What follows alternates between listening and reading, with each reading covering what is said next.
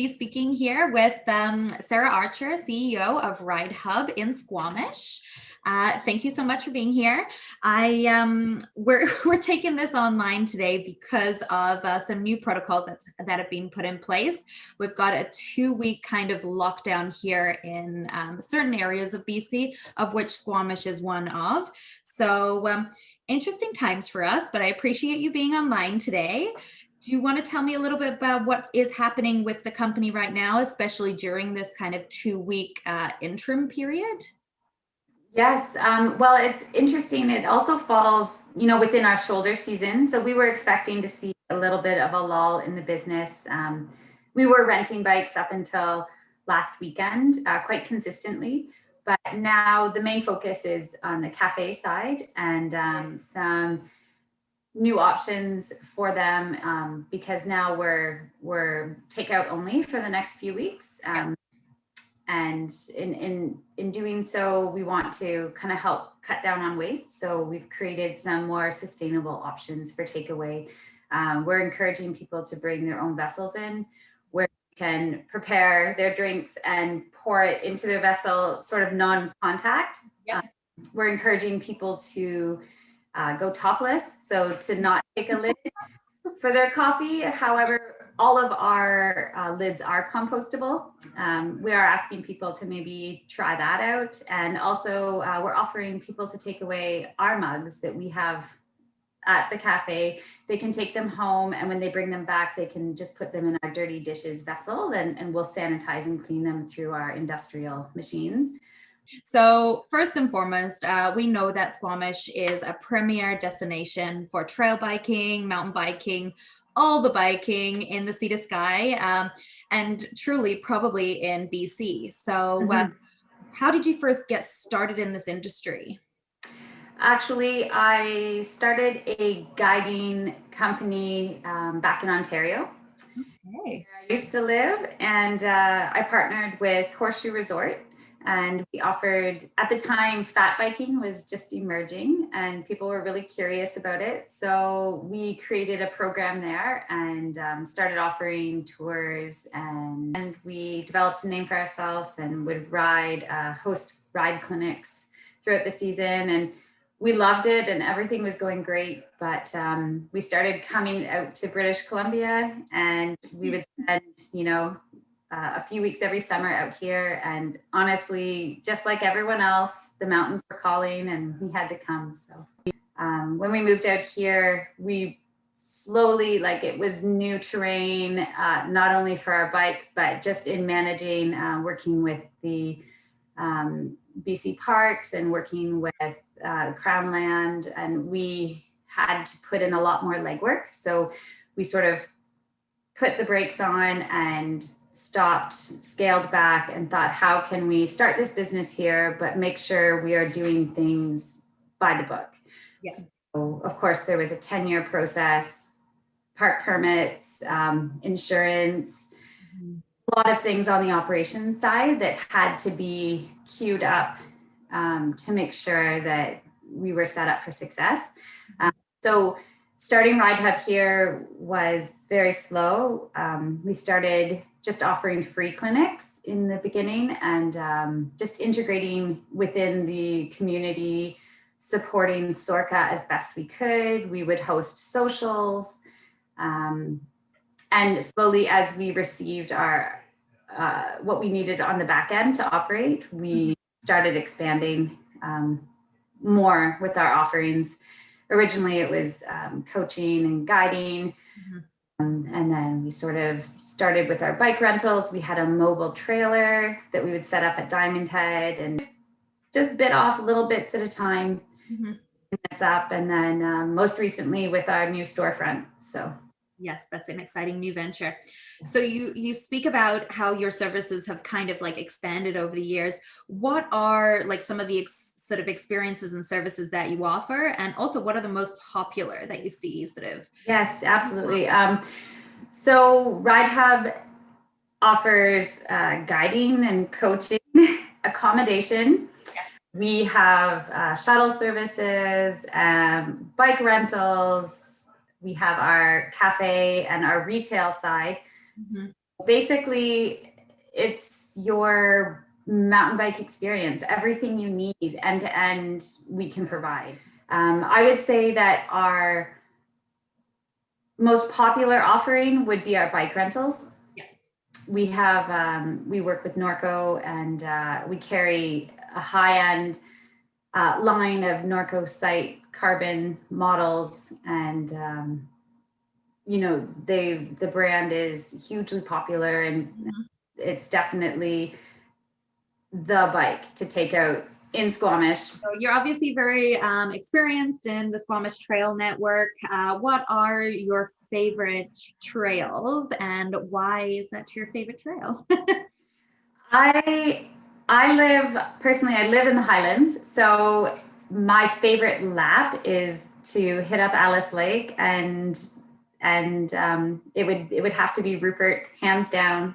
It's I hear that one a lot. Not only do I love, yeah, it's well loved. It's well loved. You know, I love the story of the trail builder. I love the challenge of the trail. You can ride it in all conditions and on various bikes. I'll take my hardtail on it sometimes just to, you know, challenge myself and make it a little spicier. But that to me is the perfect lap from where I live. I can get a great amount of climbing in, and I can really hammer up there and then have a lot of fun on the way down. So that would be hands down my favorite lap. Yeah, for sure. That makes sense. I'm a little bit more on Wonderland scale, but I can appreciate that. Oh, Wonderland's a great trail. It's beautiful. Yeah, I love it. But what would a beginner trail look like to you?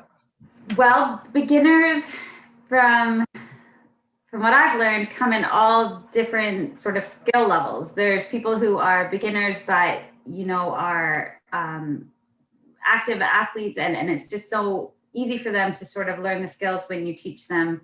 I like to take people up to Cliff's Corners. Okay, yeah. I think that that's a fantastic trail to learn, as you said, to hone in some of the skills. Cornering is really important. It really focuses on the importance of body position, looking ahead, leaning your bike, all of these things. And I think it's a fantastic trail to build enormous skills on, anywhere from a beginner rider actually to an advanced rider. The trail is what you make of it, and you can certainly challenge yourself. You touched briefly on your new venture, which is the cafe. What prompted this sort of out branch into sort of that retail restaurant sort of style? And I believe it was just before the pandemic or during the pandemic that this one came to be. So how's that been? Yes. So actually, I signed the lease a week before the lockdown. Yeah. That sounds. At that point, I used the time that we were locked down to renovate the space and to build it out. So we would have had that downtime anyways. Yes. Yeah. So I definitely tried to put a positive spin on every situation that we were dealt with. And putting the cafe aspect into the shop was, to me, just a better way to service our clients. I have to admit, I have never worked in a cafe before. Okay. I felt like, oh yeah, I'll put a coffee shop in. Easy. Yeah. It wasn't easy. It wasn't a no-brainer. I went down the rabbit hole. There was a lot to learn. But yeah, that was a big learning curve for me. I came out on the other side. Now, I guess I'm a coffee snob. I get it. I understand. Now that I know all of the details that go into it, everything is measured and precise, and I can taste the difference from a good cup of coffee to a bad cup of coffee. And now I'm ruined for life. So I'm 100% the same. Originally as an Australian here, and we're just known to be coffee snobs because we were blessed with very good coffee. And you said you will wait for your coffee, but it will be awesome. So yes, I agree. Forever changed from that experience. But yes, absolutely. And it's the expectation now in the marketplace, right? That you come in and you get a good level of, service and taste from, from a latte or whatever it is that you're ordering. Yeah, 100%. absolutely. So, so that originally was in my mind just a small part of what this storefront would be, and it's actually sort of evolved into a really big part of our whole experience. It's really interesting to see our clientele.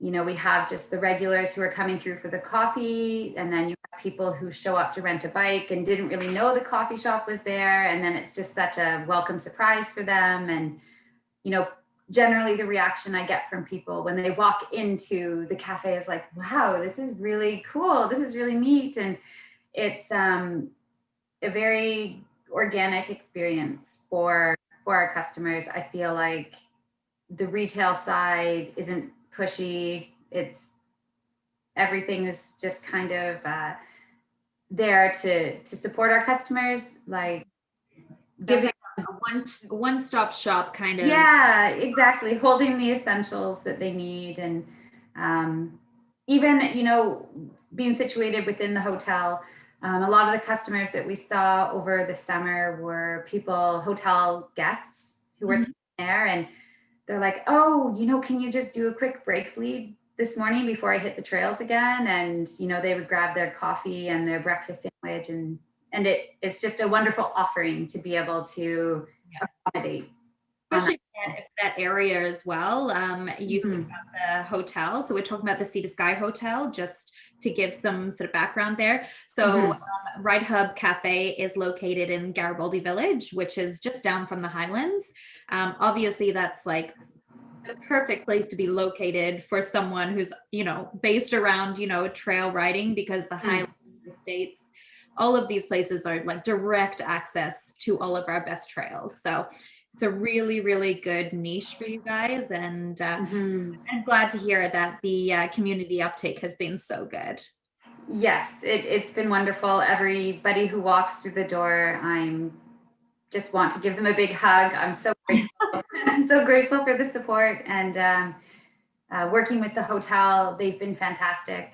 That's good. So back onto the coffee snobbery, which yes. we can attest to.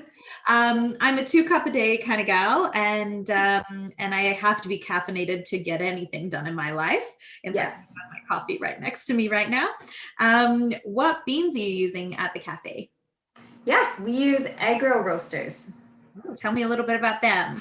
So agro, they're located in Vancouver. We originally chose them because they are an organic-based company, and their business model is very sustainable. And we, with Ridehub, also carry the same ethos. We're a paperless company. When we use paper products, everything is biodegradable. We don't use plastics. So that was originally what drew me to them. That, and they have a really nice social media presence, and they were not being represented here. So at first I looked at them from the business side of my brain. Yeah. And I tried their coffee and I just fell in love. It's amazing. Yeah. Now we have people coming who are buying the beans from us, and they're hooked. The secret's out. So yeah. Okay.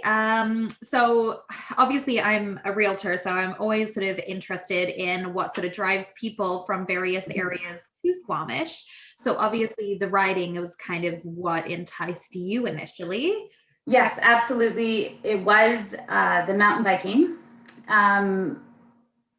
But what I found was Squamish is, I think, I might be wrong here, but one of the #1 areas in Canada to own a business.